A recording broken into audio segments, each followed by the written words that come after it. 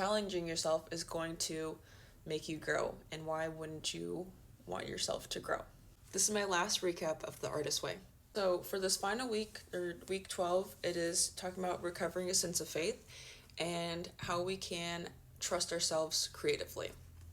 I have tried to record this video so many times, and I don't know why this last video is so difficult.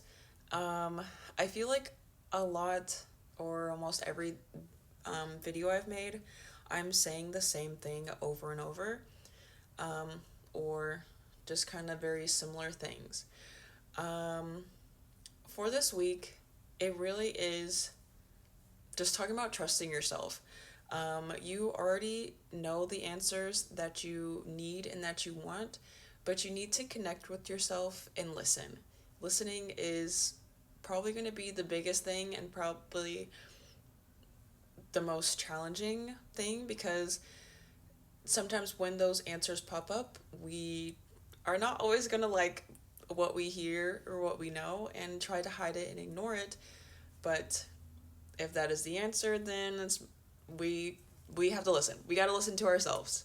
If you're having trouble connecting with yourself, I think the biggest thing through this course that it had taught me or has helped me so far is just connecting with my inner child and my inner teen, doing a lot of stuff that I love to do as a kid. So coloring books, maybe different snacks that I like to eat as a kid, little hobbies that I did, or even just kid movies. Doing a lot of childlike things has made me realize like all the stuff that I do now is stuff that I did as a kid. I'm just putting more effort into it, and now that I'm an adult, I can put more focus and time on it, if that makes sense.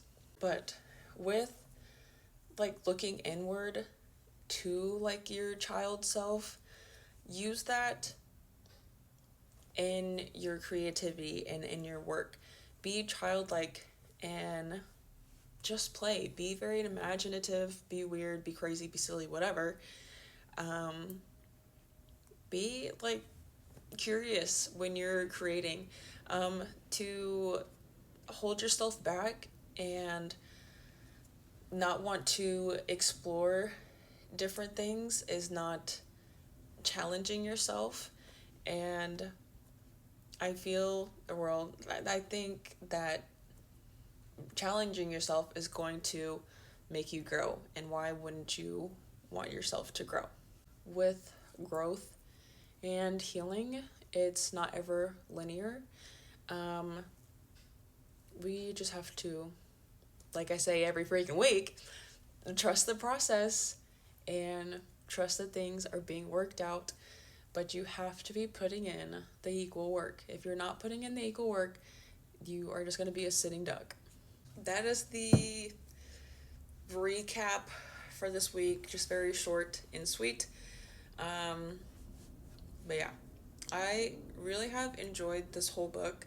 I would have been done maybe like a couple months ago, but I was slacking, but also went about it very slowly because I wanted to take my time reading it so I could like soak in and actually understand what the author was saying, um, along with like doing the task and stuff too. With morning pages, I did morning pages every single day. I started doing this in October of last year, so 2025, whatever.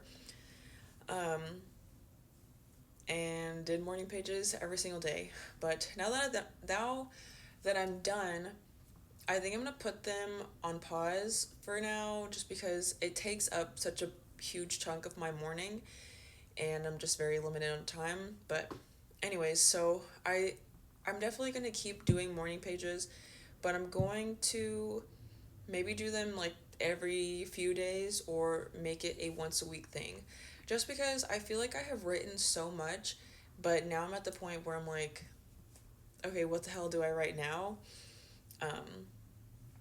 But morning pages has helped me so much, and it is very healing, and I really encourage whoever's watching or my friends to maybe even like try the book or just journaling in general. It is very healing, and it had made me realize so much more about myself that I may have forgotten or kind of like hidden without realizing that I did.